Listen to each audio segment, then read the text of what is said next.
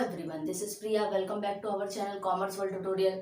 मैंने स्टार्ट किया है OC chapter number 5 emerging modes of business. उसमें हम पढ़ेंगे आज आउटसोर्सिंग। आउटसोर्सिंग क्या है? आउटसोर्सिंग को शॉर्ट में बस इतना सा समझ लो कि आउटसोर्सिंग एक ऐसा कंपनी है, एक ऐसा बिजनेस है जो दूसरे बिजनेस को जो दूसरे कंपनी या दूसरे बिजनेस एक्टिविटीज को अपना सर्विस देती है। अपना सर्विस देती है कैसे?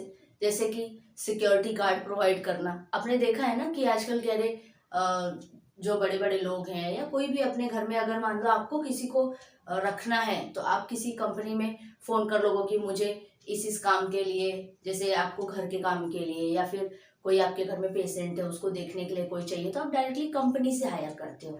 सिक्योरिटी गार्ड भी बड़े बड़े कंपनियों में या बिल्डिंगों में सब जगह पे जो सिक्योरिटी गार्ड रहते हैं उनको भी कोई ना कोई एक कंपनी सेंड करती है। फिर सैनिटेशन यानी कि कह रहे साफ सफाई के लिए, उसके लिए भी कंपनी दूसरे कंपनी के साथ में कॉन्ट्रैक्ट करती है और अपने जितने भी उनके एम्प्लॉय हैं उनको सेंड करती है। तो आउटसोर्सिंग मतलब एक कंपनी दूसरे कंपनी को सर्विस देती है। Outsourcing is the process of contracting a business function or any specific business activity to specialised agency. यानी कि आउटसोर्सिंग क्या है? एक ऐसा कॉन्ट्रैक्ट है जो एक बिजनेस दूसरे स्पेशलाइज्ड एजेंसी को इसके लिए कांटेक्ट करती है। क्यों? ताकि उनके नॉन कोर एरियाज पे ज्यादा से ज्यादा ध्यान दिया जा सके। अगर देखो, अगर कोई कंपनी सिर्फ सैनिटेशन पे, सिक्योरिटी पे, ये सब पे फोकस करेगी तो वो अपने काम पे कैसे फोकस कर पाएंगे? तो इसका मेन कारण क्या है ये हायर करने का? ताकि जो बिजनेस है वो अपने काम पे ज्यादा फोकस कर सके और इन सब काम के लिए दूसरा कोई रहे।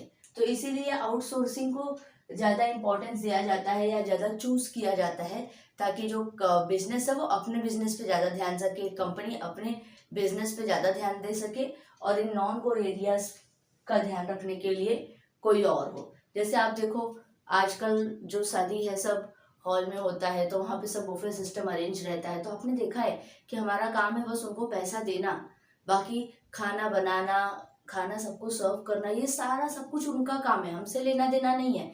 हमने बस पैसा दे दिया, हम साइड में हट गए हैं। बाकी हमारे गेस्ट को सबको सेटिस्फाइड करना, सबको टाइम टू टाइम सब कुछ खिलाना पिलाना, ये सब काम उनके अंडर में आता है। वो सबको ले जाके सर्व करते हैं, सबको प्रॉपर टाइम पे सब कुछ पहुंचाते हैं। तो इससे क्या होता है ना कि हम अपने फंक्शन पे ज्यादा फोकस कर पाते हैं। हमारा ध्यान ये नहीं रहता है कि किसको नहीं मिल पाया या कोई नहीं खा पाया। तो ये एक बेस्ट सर्विस है, ये एक बेस्ट डिसीजन होता है कि अगर हमें अपने काम पे ज्यादा फोकस करना है तो कुछ ऐसे काम हैं जो हमारे लिए मोस्ट लेवल पे उतने इंपॉर्टेंट नहीं है तो उसके लिए हम किसी और को हायर कर लें। तो वही आउटसोर्सिंग का काम है ना। Advantage of outsourcing. अब आउटसोर्सिंग के एडवांटेज क्या है? आउटसोर्सिंग के advantage, first of all overall cost advantage. Overall cost advantage यानी कि ये आउटसोर्सिंग बिजनेस हायर करने से, इनके साथ कॉन्ट्रैक्ट करने से क्या होता है कि हमारा जो ओवरऑल कॉस्ट है, मतलब हमारा जो सेविंग हो जाता है, मतलब हमारा टाइम बच जाता है, हमारा एफर्ट्स बच जाता है, ये सारी चीजें हमारे सेव हो जाती हैं। Next one, stimulates entrepreneurship, employment and export. Stimulates का मतलब होता है कि ग्रोथ होना। तो इससे क्या होता है, हमारा एंटरप्रेन्योरशिप बढ़ता है। एंटरप्रेन्योरशिप हमने पढ़ा है, एंटरप्रेन्योरशिप का मतलब बिजनेस। इससे हमारा बिजनेस ग्रोथ होता है, एम्प्लॉयमेंट ग्रोथ होता है एंड एक्सपोर्ट। मोस्ट ऑफ लोगों को एम्प्लॉयमेंट मिलने लगता है, बिजनेस ऐसे लोगों को हायर करती है, एम्प्लॉयमेंट होने लगता है और एक्सपोर्ट्स भी कंपनी के बढ़ने लगते हैं। लो मैन पावर कॉस्ट। लो मैन पावर कॉस्ट मतलब कि ये जो हमने आउटसोर्सिंग से अपने यहाँ पे लोगों को रखा है सिक्योरिटी के लिए, सैनिटेशन के लिए, तो इससे क्या होता है ना कि इनको कम पेमेंट देना पड़ता है, यानी इनके पीछे हमारा पेमेंट कम जाता है क्योंकि हमें इनको डायरेक्टली पेमेंट नहीं देना रहता है। हमारा कॉन्ट्रैक्ट किसके साथ है? हमारा कॉन्ट्रैक्ट एक किसी और बिजनेस के साथ है, तो हमें सारा पेमेंट उनको देना रहता है। हमारा उनके साथ कुछ कॉन्ट्रैक्ट होता है, उस कॉन्ट्रैक्ट के अकॉर्डिंग हमें देना रहता है। ऐसे इंडिविजुअली देना रहे तो ज़्यादा जाएगा, लेकिन हमें जितने लोगों को हमने रखा है, जितने लोगों की हमसे बात हुई हमने उतना एक साथ दे दिया। उसके बाद उनका काम है कि वो इनको दे, तो इससे क्या होता है कि हमारा भी कॉस्ट कम पड़ जाता है। Access to professionals, experts and high quality service. अब ये जो आउटसोर्सिंग यानी कि इन्होंने जो कॉन्ट्रैक्ट किया है, इन लोग जो हायर करते हैं, तो इन लोग ऐसे लोगों को ही हायर करते हैं जो इसमें ज़्यादा एक्सपर्ट हो। ज़्यादा एक्सपर्ट होने का मतलब क्या होता है कि वो और अच्छे तरीके से अपने काम को करेंगे। तो क्या करते हैं, अच्छे प्रोफेशनल लोग को हायर करते हैं, एक्सपर्ट्स होते हैं जो एकदम अच्छे टाइप के हाई क्वालिटी के सर्विस देते हैं। हमें बार बार उनको बोलने की और समझाने की जरूरत नहीं होती, वो ऑलरेडी अच्छे से ट्रेंड होके आते हैं। Emphasis on core process rather than supporting ones. और अगर हमने ऐसा कॉन्ट्रैक्ट ले लिया है आउटसोर्सिंग का, तो हम अपने मेन बिजनेस पे ज़्यादा फोकस करेंगे, क्योंकि ये हमारा काम नहीं है। अगर हमें कुछ ऊपर नीचे दिखता है, हम डायरेक्ट एजेंसी को, कंपनी को फ़ोन करेंगे, वो अपने जिन्होंने जो वो अपने एम्प्लॉयज़ को भेजा है तो वो उनको इंस्ट्रक्शन देंगे। हमारा एनर्जी, हमारा टाइम सब कुछ बचेगा। जो हम किस पे फोकस कर पाएंगे, वो हम अपने कोर प्रोसेस पे, अपने बिजनेस पे ज़्यादा ध्यान दे पाएंगे, जिससे हमारा बिजनेस और अच्छे से बढ़ेगा। Investment requirements are reduce.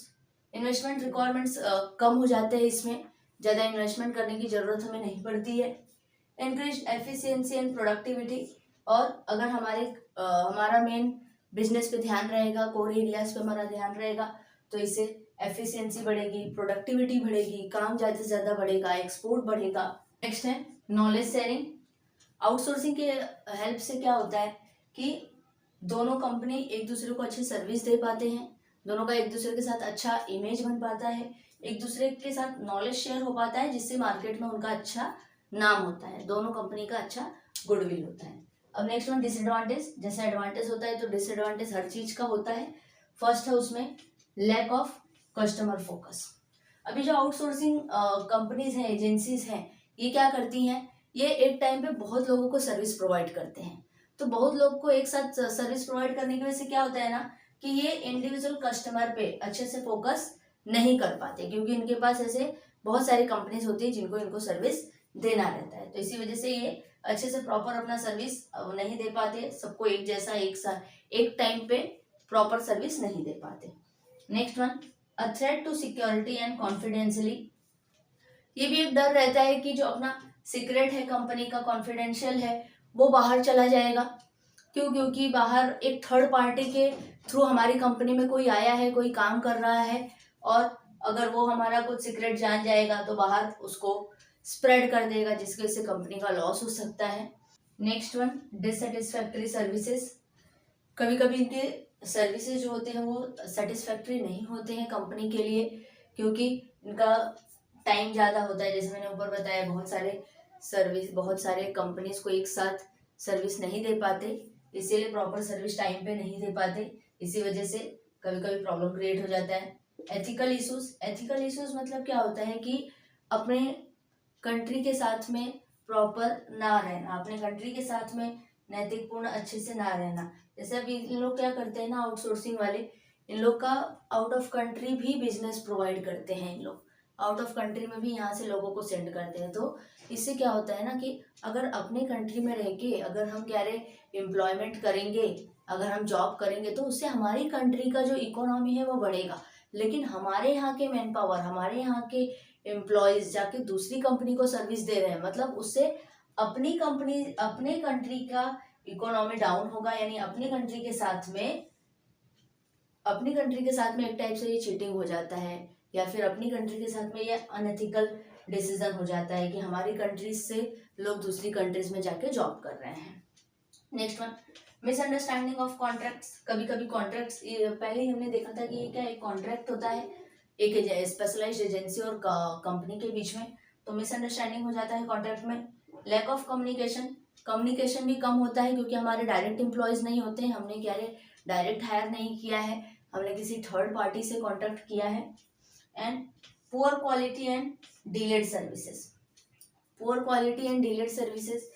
Quality के सर्विस देते हैं, डिले सर्विस देते हैं, क्योंकि एट अ टाइम बहुत सारे कंपनीज को एक साथ में टाइम नहीं दे पाते, एक साथ सब पे फोकस नहीं कर पाते, इसीलिए इनका जो क्वालिटी है और जो सर्विसेज है वो थोड़ा पुअर क्वालिटी का हो जाता है, और सर्विस भी डिले हो जाता है, यानी टाइम कंज्यूमिंग हो जाता है। तो यहाँ पे आपका ये फिनिश हुआ है आउटसोर्सिंग। आई होप कि आपको समझ में आया होगा तो लाइक सब्सक्राइब शेयर करना ना भूलना। Thank you.